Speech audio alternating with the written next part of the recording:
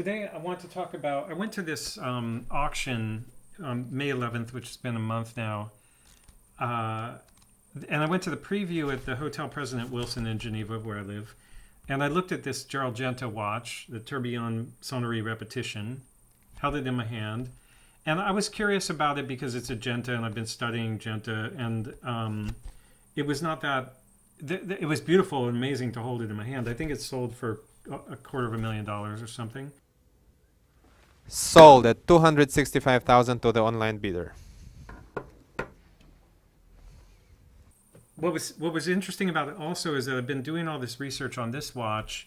I told the story of this watch to the auctioneer, or the guy that was showing me the watch in the preview, in like a 2-minute version, if you can believe it.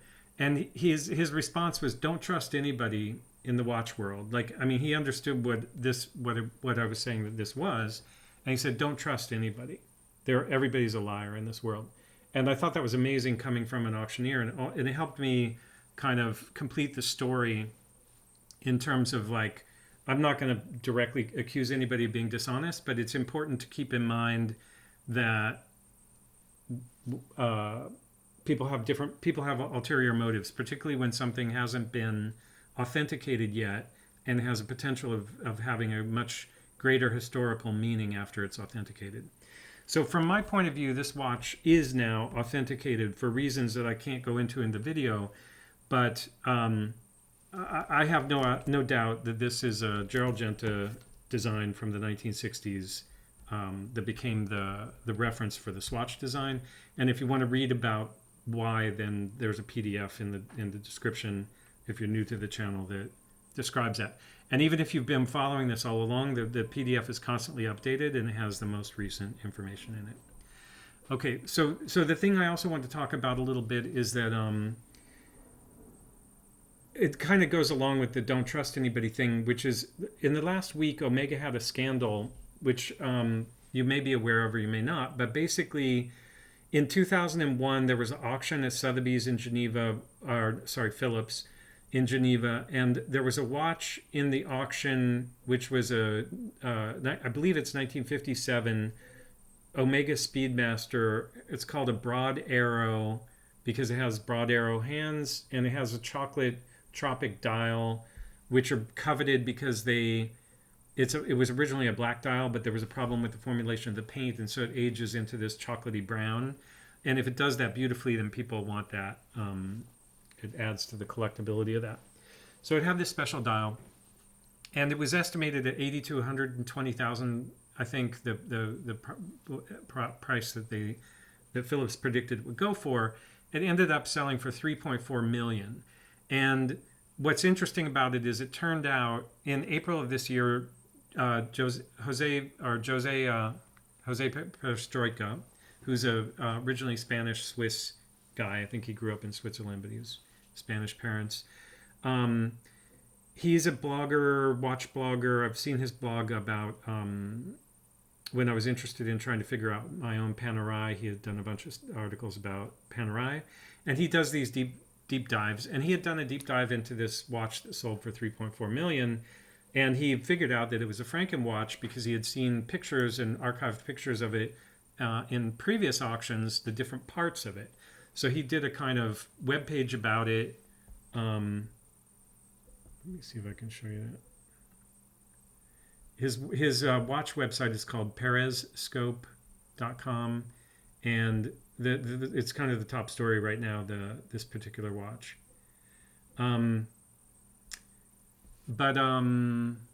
Yeah, so he had done in April, I think. I think he had talked about it at the time of the auction with Phillips, but in April he published this thing on his website, and then it started to move forward. And just in the past week, the newspaper of record in Zurich did a big story about it. I can't pronounce this word, but let's say the New Zuricher Zeitung, but that's not how it's pronounced. Anyway, there's actually a link on his website to the English version of the story, and then Hodenki has also done a piece about it in the last couple days. So what happened was, in brief, he figured this out. He published about it. Omega got interested and started investigating it. They discovered that their own employees had 3 of their own employees had been involved in putting together the Frankenwatch and giving it a fake number from the archives, a probable number that could have been attributed to that watch but wasn't. And then a fake bridge plate was made by a watchmaker in Geneva, and then it was authenticated by the same Omega staff and sold for this extremely high price. And then it turns out that Omega was who bought it in the end too, secretly through a Chinese bidder, which might have been Swatch Group in China because they have an operation in China. I don't know that, but it was in the end, Swatch Group or Omega, same thing essentially from an ownership perspective, either admitted or bragged that they were the bidder. But they didn't admit that until after the story came out. So it's interesting in terms of this don't trust people thing. So I had a conversation with the current Omega museum staff, none of whom I'm aware of having been involved in this past thing. And I was in the position of like looking to them for information, but also not necessarily trusting that they didn't have ulterior motives to not confirm what I was saying that the GG was. And this story about Omega itself is a reinforcement that it doesn't really matter what they say. What matters is like the bulk of all the evidence that you can collect if you're doing this kind of research. So I wanted to get back to physical evidence. Now that's going to seem boring, but I think it's really important to, not really important, but it's important to understand it. When I got this watch, I had no idea what it was. And I went through periods of looking at it and just coming to my own conclusion that it was nothing. But I also had, as I dug into it, I found little tidbits of physical information and historical information that made me more and more and more interested and more believing that I had made a correct assumption in the first place, that it was Gerald Genta from the 1960s. And by the way, that's not like a radical thing for me to think, because other than the Gerald Genta part of it, the seller had a note that said Omega Swatch prototype, which would have placed it before Swatch anyway. So I was just going like, oh, maybe this is what this guy says it is. Turns out it is. But anyway, the thing was, one of my things that I realized was it had I was told by, and I've confirmed it after I bought it, it had an Omega 601 movement. It had the reference number 135017 inside, which is from a Seamaster Cosmic. That corresponds with an Omega tool 107, which is a tool that compresses the crystal to put it in the watch. The tool 107 is for compressing specifically for the Seamaster Cosmic, a 63PX5123 crystal with a tension ring. You can see the gold tension ring in that crystal. This is the proper crystal for a gold Omega Seamaster 135017 SP. This case, it's also the correct crystal for this case because it's designed with that reference number and for the corresponding movement. And the way that this tool works is you open it up, you clamp it on the crystal, you close it, and it compresses the crystal enough that you can just drop it in the watch and then release it inside the watch, and then it expands to have a very tight fit. Now, I didn't know what this tool looked like when I bought it, but when I bought it on eBay, I saw that it said 32.95 on it, and that's the diameter of the crystal when it's uncompressed. When it's compressed into the watch, it's 32.8. And what's interesting about that is that in terms of physical evidence is that this is all prototype from 1981 is its diameter is 32.95. And I bought this for 440 francs in the past 6 months, also on Mercado. It happened to be unassembled without the crystal being welded onto it, which was great because it makes it easy to measure the crystal. And the crystal is exactly 32.95.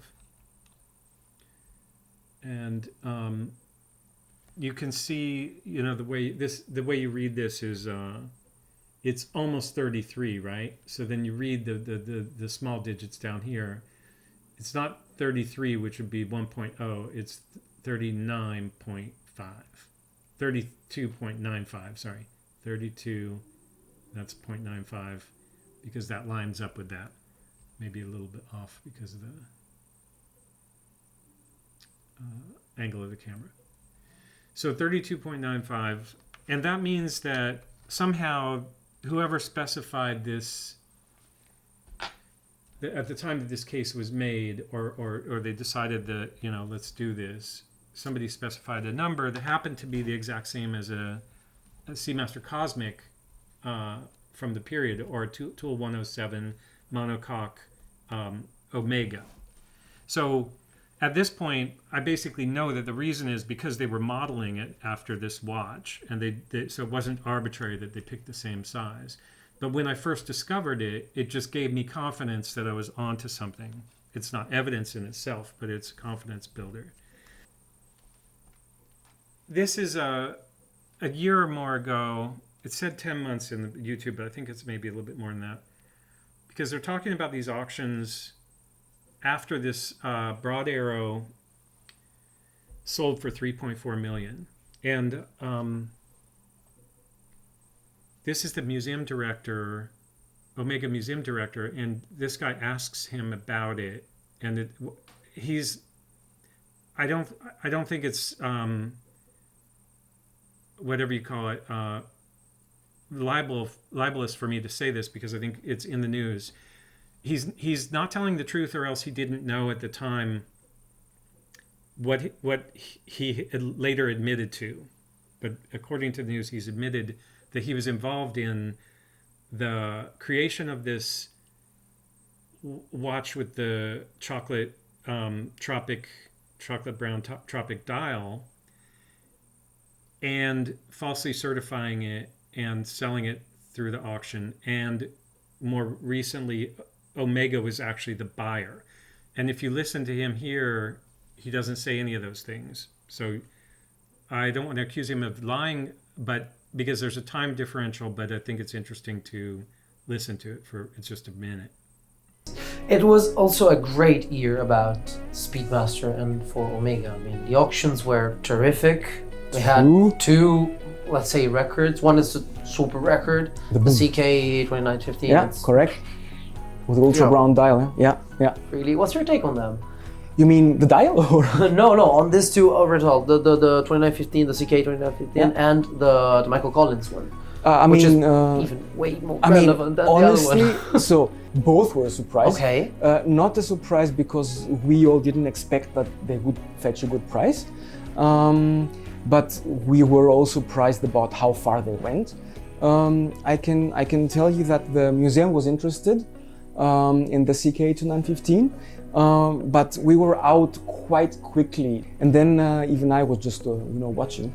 And then apparently it went to the Far East, to the extreme Far East. There are some good collections there.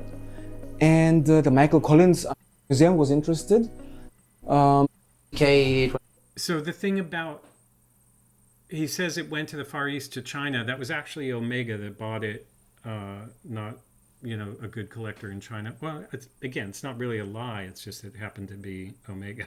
915. Yeah, correct. But the other thing is, watch the way he responds about when he says, "What about that watch?" and he responds about the dial.